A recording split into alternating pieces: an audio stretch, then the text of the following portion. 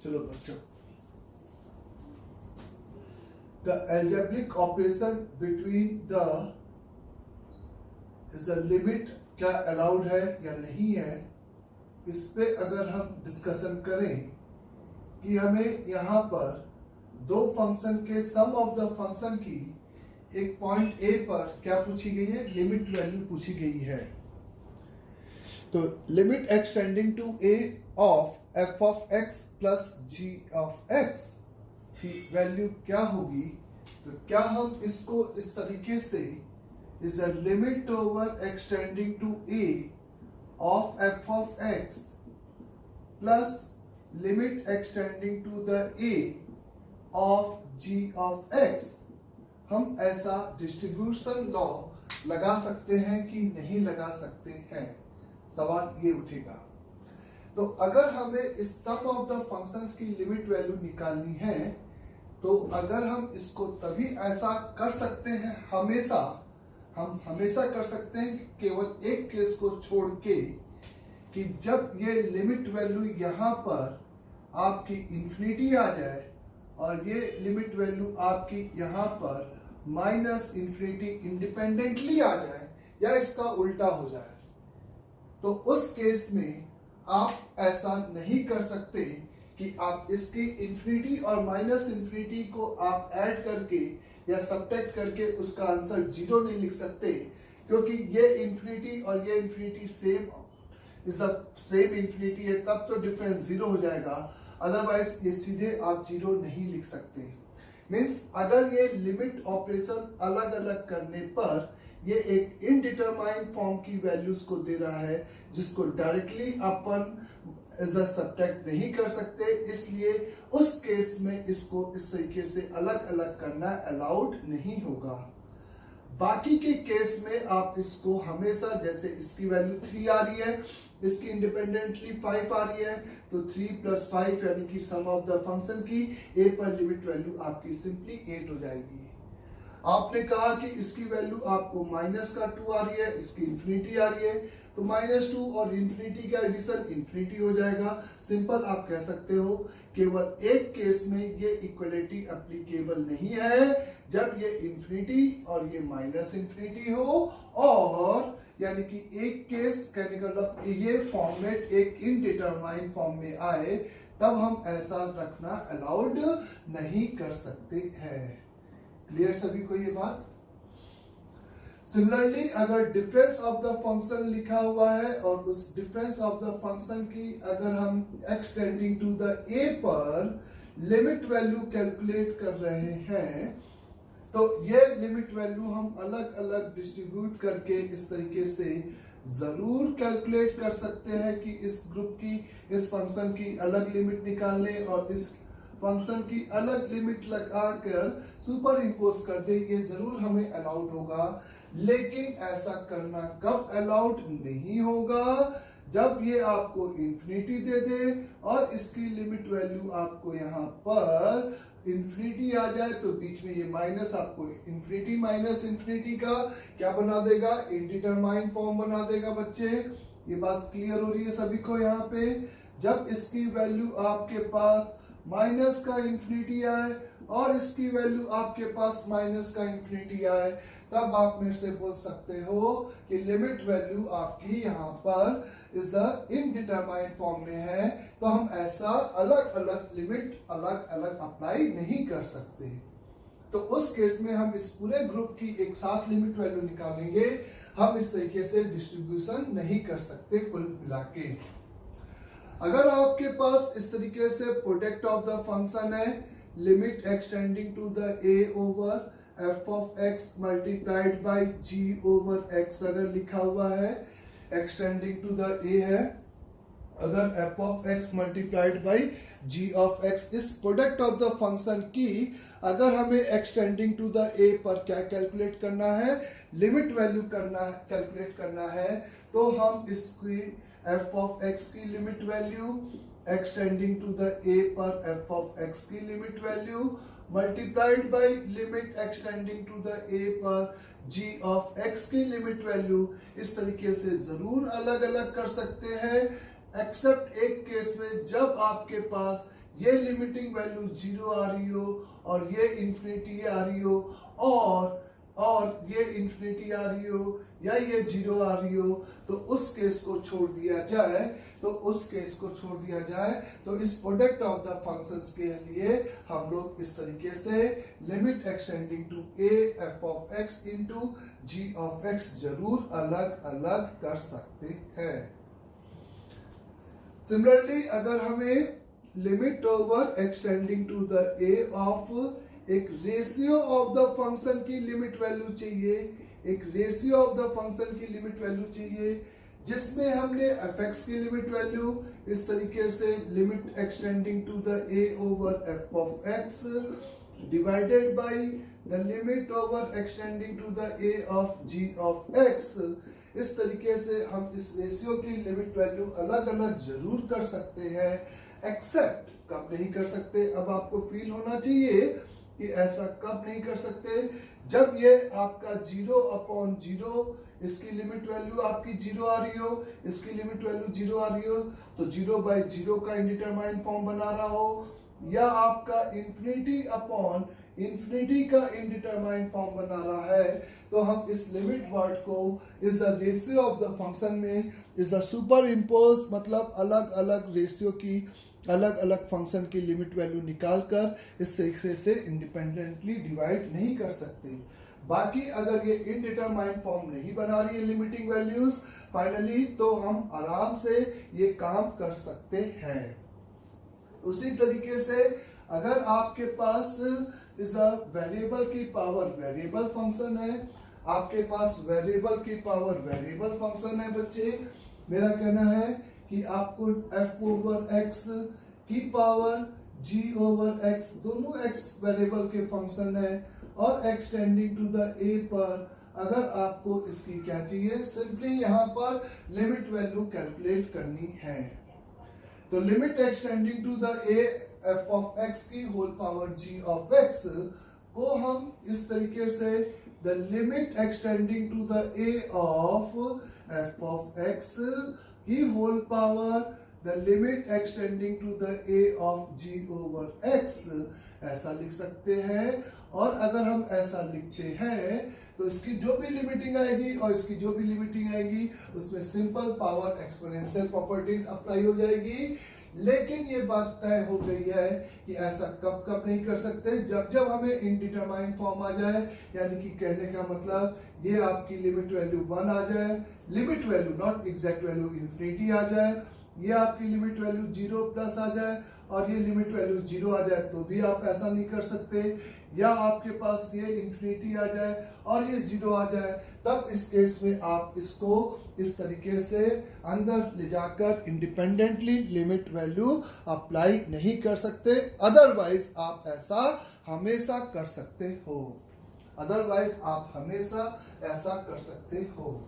Clear ये बात भी सभी को यहाँ तक ना। आगे फिर उसके बाद हम लोग यहाँ पे देखेंगे कि एक इस तरीके से एक कंफ्यूजन आता है कि अगर अपने पास a की पावर 2n लिखा हुआ है, where limit over n tending to infinity लिखा हुआ है, और where n is considered to be integer, तो अगर where n is an integer अगर है यहां पर, और ये जो a है वो a इज इंडिपेंडेंट ऑफ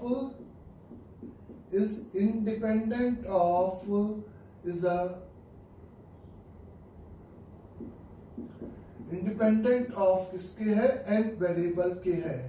मतलब ये जो बेस है वो उस वेरिएबल से इंडिपेंडेंट है जिसमें हम लिमिट इंपोज कर रहे हैं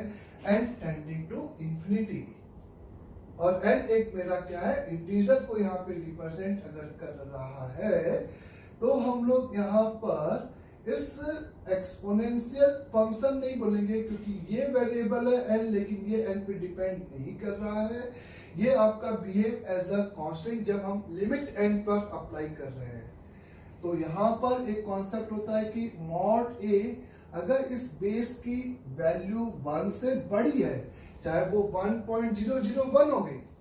1 के कितने भी करीब आए, तो ये 1 की पावर इंफिनिटी इंडिटरमाइन फॉर्म नहीं बनेगा, क्योंकि ये आपका कांस्टेंट की जैसे बिहेव कर रहा है, ना कि n को इंफिनिटी रखने पर ये आपका टेंडिंग टू 1 है। ये आपका एक कांस्टेंट है, इंडिपेंडेंट ऑफ n है, वो चाहे कितने भी 1 के आसपास हो की पावर इंफिनिटी। आपका अगर ये बेस की वैल्यू 1 से बड़ी है, चाहे वो कितनी भी बड़ी हो, खाली 1 से अगर बड़ी है, तो इसकी लिमिट वैल्यू आपकी कितनी कंसिडर होगी? इंफिनिटी कंसिडर होगी। अगर मॉड a की वैल्यू 1 से छोटा है, तो ये आपका लिमिट वैल्यू 0 कंसिडर होगा। अगर ये मॉड a की वैल्यू इज इक्वल टू 1 है, इज इक्वल टू 1 है यहाँ पे, तो ये आपका यहाँ पर क्या कंसिडर होगा बच्चे? इज अ सिंपली 1 कंसिडर होगा, क्योंकि आपने a की पावर 2n यहाँ पे इवन नेचुरल नंबर की इंटीग्रल की बात किया है, और n टेंडिंग टू इंटीजर, और जो कि बहुत बड़ा इंफिनिटी है, यानी कि एक इवन नेचुरल नंबर पे हम बात कर रहे हैं, इसलिए बेस को निगेटिव होना भी अलाउड कर रखा है। इसलिए यहाँ पे बेस को निगेटिव होना भी अलाउड कर रखा है, क्योंकि पावर में एक क्या है? नेचुरल नंबर है। इस बात को हम ऐसे फील कर सकते हैं, जैसे आप एक क्वेश्चन देखे होंगे, f of x is equate with limit over n tending to infinity is a x की पावर 2n माइनस का 1 अपॉन x की पावर 2n प्लस 1। जब आप यहाँ पे लिमिट, इस फंक्शन की जो लिमिटिंग वैल्यू है, वही आपकी किसकी वैल्यू है? f ऑफ x की वैल्यू है, ऐसा वो एग्जामिनर कह रहा है। तो जब आप n पे लिमिट लगा रहे हो, उस समय x आपका n से चूंकि इंडिपेंडेंट है, तो ये आपका कांस्टेंट का काम करेगा। तो इस टर्म की जो लिमिट वैल्यू है, इस टर्म की जो लिमिट वैल्यू है, वो इस बेस पर इस तरीके से डिपेंड करेगी। तो हम लोग यहाँ पर इसकी limit value is a depend on the base, यानी कि वेरिएबल x पे डिपेंड करेगा। मतलब फॉर एग्जांपल तुम f ऑफ 2 निकालना चाहते हो, तो x को 2 रख दिया और फिर लिमिट अप्लाई करेगा, तो 2 की पावर इंफिनिटी इंफिनिटी इंफिनिटी, और दोनों इंफिनिटी को कॉमन निकालेगा, तो रेशियो ये आपका टेंडिंग टू यहाँ पे सिंपली 1 की तरफ टेंड कर जाएगा। जब आप कह सकते हो कि मॉड x की वैल्यू 1 से बड़ी है, उस केस में आपको लिमिट की वैल्यू कितनी आ जाएगी? 1, क्योंकि इंफिनिटी अपॉन इंफिनिटी, और उस इंफिनिटी को आप कॉमन निकालोगे इंडिटरमाइन फॉर्म को सॉल्व करने के लिए, तो सीधे आपको लिमिट वैल्यू यहाँ पे कितनी मिल जाएगी? 1 मिल जाएगी। जब आप यहाँ पे मॉड x को यहाँ पर बच्चे 1 से छोटा कंसिडर करोगे, 1 से छोटा कंसिडर करोगे,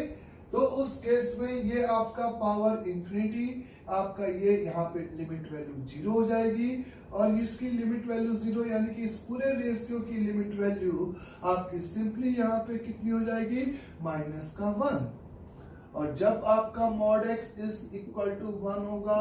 तब आप मेरे से बोल सकते हो कि ये आपका एग्जैक्ट 1 हो जाने पे ये 1 की पावर इंफिनिटी नहीं है, ये इंडिपेंडेंटली एग्जैक्ट 1 हो गया। उसकी लिमिटिंग इंफिनिटी, यानी कि 1 को कितनी बार भी एग्जैक्ट 1 को मल्टीप्लाई करेगा, तो वो हमेशा आपका 1 ही रहेगा। तो आंसर आपका यहाँ पे 1 माइनस 0 अपॉन 1 प्लस 1 2, तो 0 अपॉन 2 की वैल्यू 0 आ जाएगी। तो इस केस में अगर हम f ऑफ x को डिफाइन करेंगे, तो f ऑफ x इस तरीके का एक पीसवाइज फंक्शन आपको मिलेगा। अगर जिसके ग्राफ को आप फील करना चाहते हो, तो इसका ग्राफ आप सिंपली फील कर सकते हो। -1 और 1 है, 1 के आगे ये +1 इज -1 के आगे भी ये इस तरीके से +1 देगा, और वॉइड के साथ 1 और -1 पे पॉइंट वैल्यू आपने देखा, मॉड x 1 है तो पॉइंट वैल्यू 0 हो गई। और जब आपका x कोऑर्डिनेट -1 से 1 के बीच में है, तब आपका यहाँ पर पॉइंट वैल्यू कितनी आ गई बच्चे की? -1 आ गई। तो ये आपका f ऑफ x का सिंपली ग्राफ हो जाएगा। ये आपका सिंपली एफ ऑफ एक्स का क्या हो जाएगा, यहाँ पे ग्राफ हो जाएगा। करेक्ट सभी को ये बात भी? जैसे अगर मैंने आपसे कहा for example f of x is equate with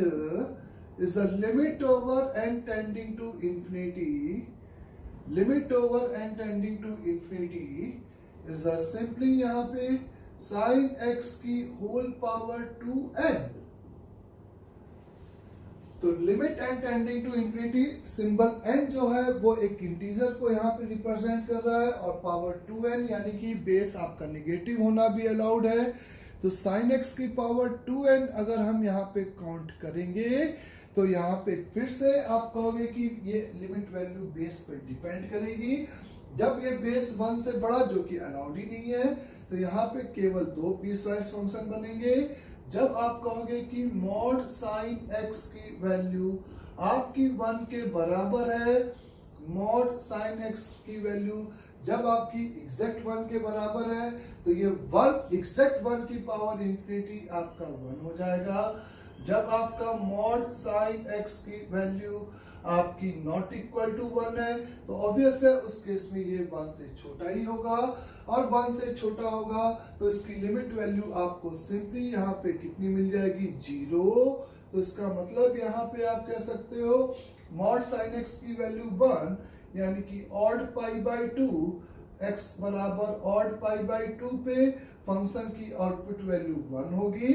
is x is not equal to odd pi by 2 के लिए फंक्शन की आउटपुट वैल्यू यहाँ पे सिंपली 0 होगी। इस तरीके से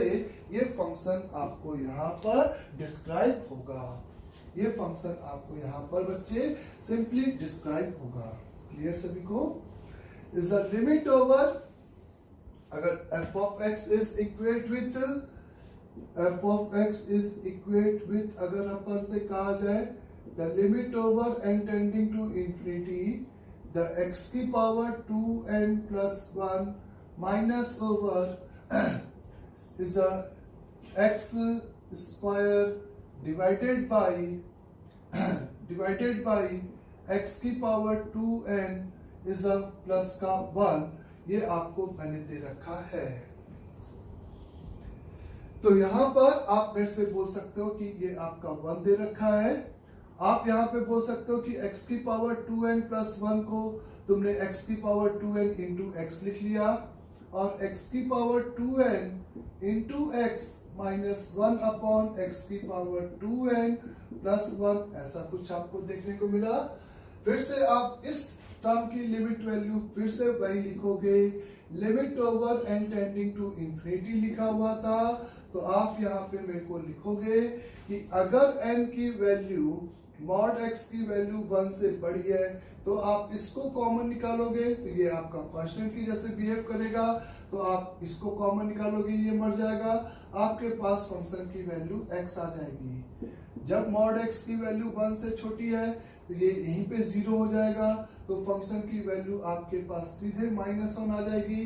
जब आप mod x is equal to 1 की बात करोगे तो आपको इसकी लिमिट वैल्यू 1, तो x minus 1 upon 1 plus 1 2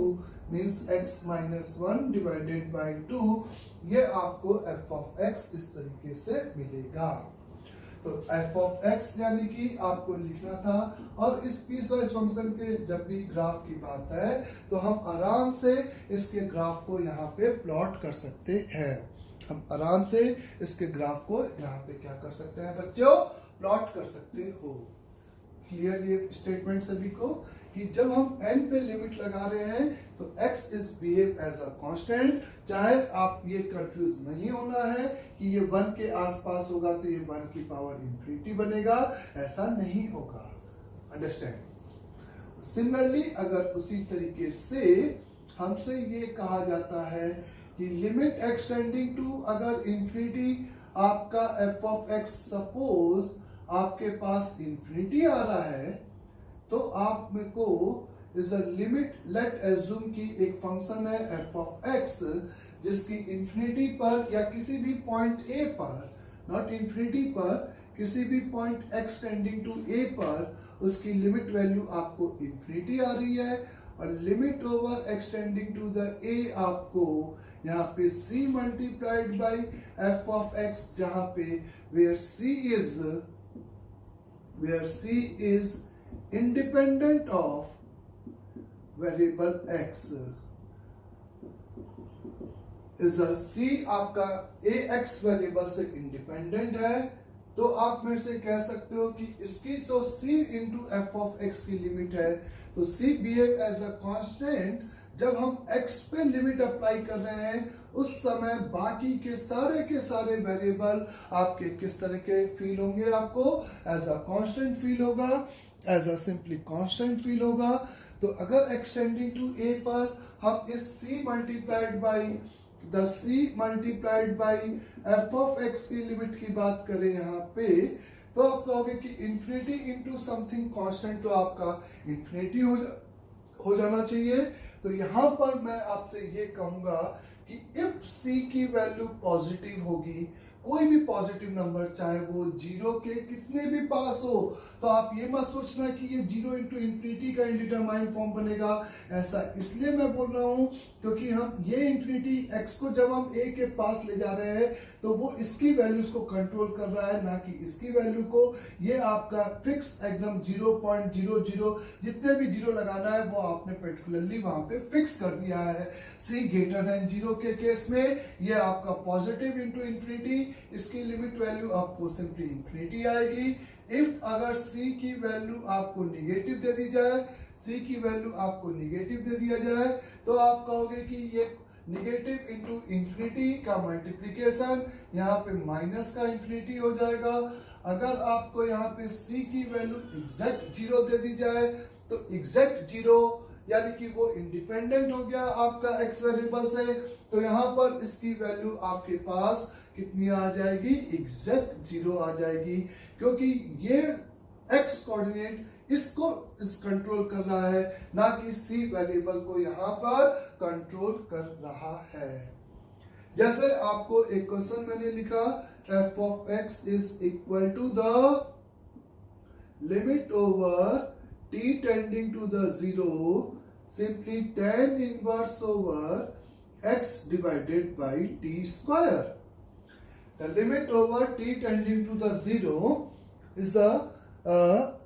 tan inverse x divided by t square.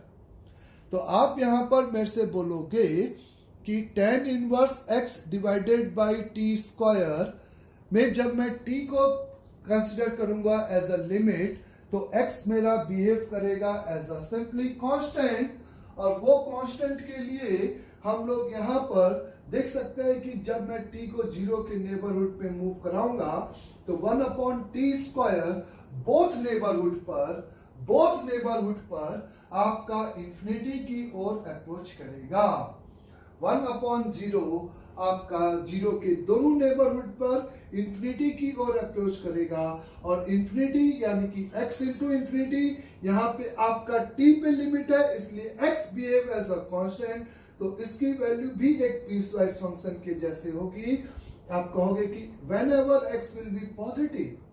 तब आपको इस ब्रैकेट के अंदर पॉजिटिव इंटू इंफिनिटी एक प्लस का इंफिनिटी देगा, और tan इनवर्स इंफिनिटी आपको जो ओवरऑल लिमिट वैल्यू देगा वो प्लस का π/2 इस तरीके से प्रोवाइड होगा। अगर x की वैल्यू निगेटिव है, तो आप मेरे से कह सकते हो कि ये निगेटिव है, ये आपका नेबरहुड में जीरो पॉजिटिव है, तो आपका ओवरऑल आप देखो कि ये निगेटिव इंफिनिटी हो गया। निगेटिव इंफिनिटी यानी कि tan इनवर्स की वैल्यू यहाँ पर आपको माइनस का π/2 इस तरीके से प्रोवाइड होगा। फिर आप यहाँ पे देखोगे x is equal to the zero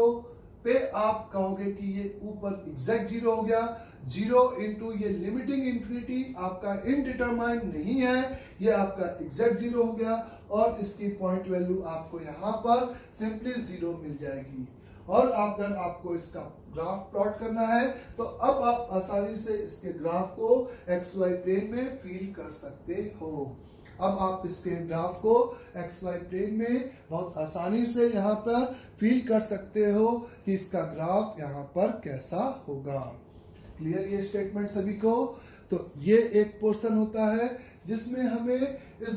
आपको फील करना है कि आपका इनडिटरमाइंड फॉर्म कब नहीं बन रहा है। आपको मैंने कहा कि जब जिस वेरिएबल पे लिमिट लग रही है वही वेरिएबल आपका चेंज हो रहा है, मतलब वही x में वहीं पे चेंज हो रहा है, उसके रिस्पेक्ट में c आपका कांस्टेंट है। जैसा कि यहाँ पे आप t पे लिमिट लगा रहे हो तो x आपका कांस्टेंट है, वो कांस्टेंट आप पॉजिटिव चूज कर रहे हो चाहे कितना भी जीरो के नेबरहुड पे चूज कर रहे हो, लेकिन आपने एक बार उस x कोऑर्डिनेट को वहां पे फिक्स कर दिया है। जैसे अगर आप 10 की पावर -1000 भी निकाल रहे हो तो 10 की पावर -1000 इंटू इंफिनिटी आपका हमेशा प्लस इंफिनिटी होगा, क्योंकि जब इसमें वेरिएबल इंफिनिटी है वो उस प्रॉब्लम का सबसे बड़ा इंफिनिटी यहां पर कंसीडर होगा। अंडरस्टैंड सभी को? आगे अगर अपन किसी भी कॉन्टिन्यूअस एंड डिफरेंशिएबल फंक्शन को, यहां पर अपन बात कर रहे हैं सीरीज एक्सपेंशन की। लास्ट क्लास में अपन ने एक बाइनोमियल का सीरीज एक्सपेंशन लिखना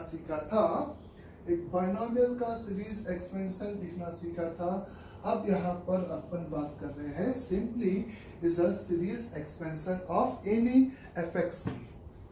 suppose f of x is a continuous and क्या है बच्चे, डिफरेंशिएबल फंक्शन है।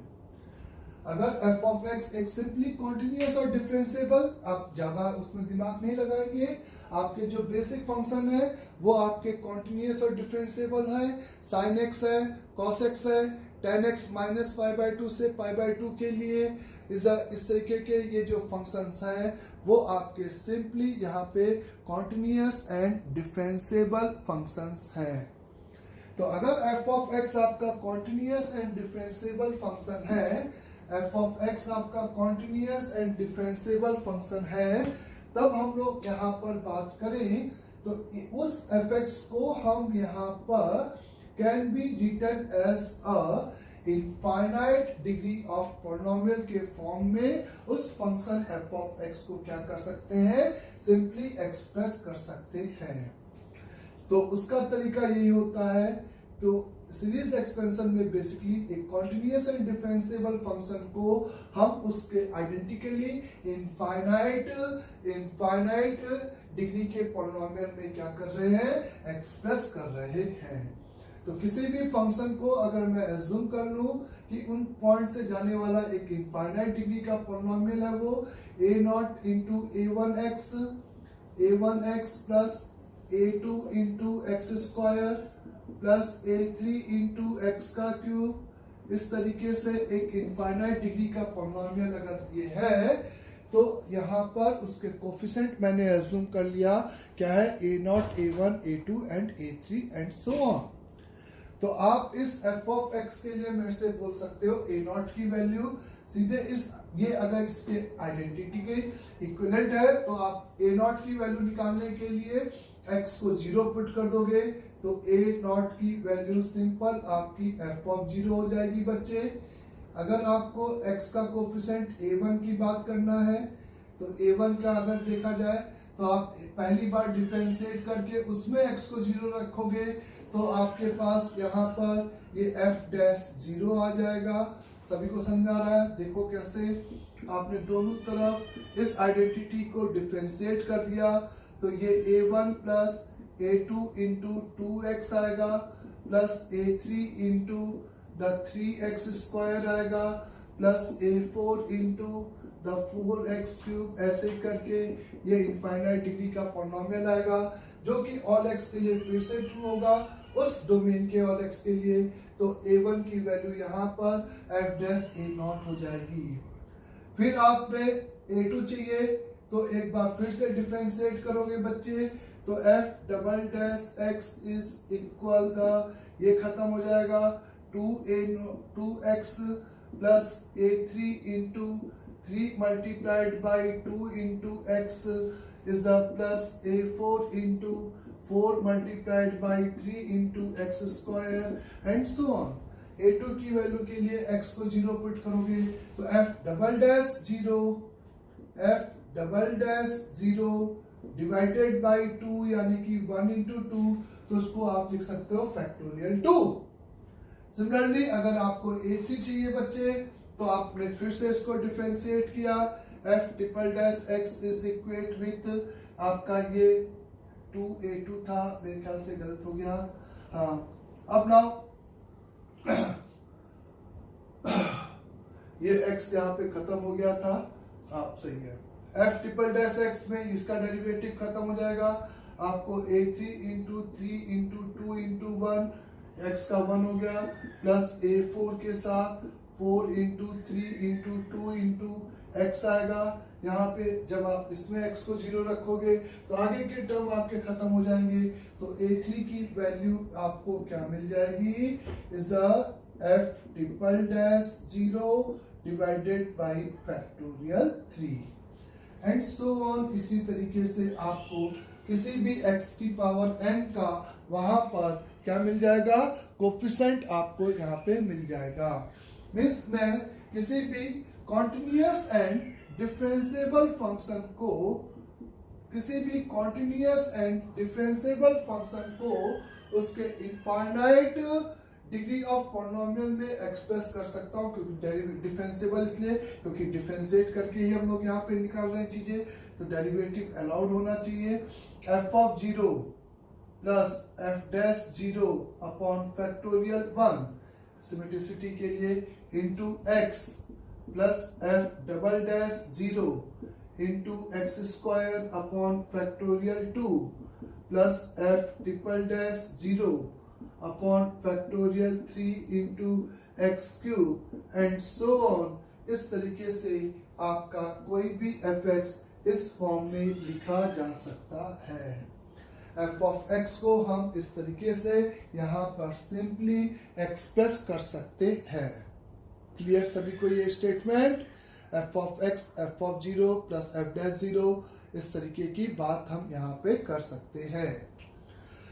इसके लिए अब आप ऐसे समझ सकते हो, मेरा कहने का मतलब यहाँ पे सपोज अगर हम sin x का सीरीज एक्सपेंशन लिखना चाहते हैं,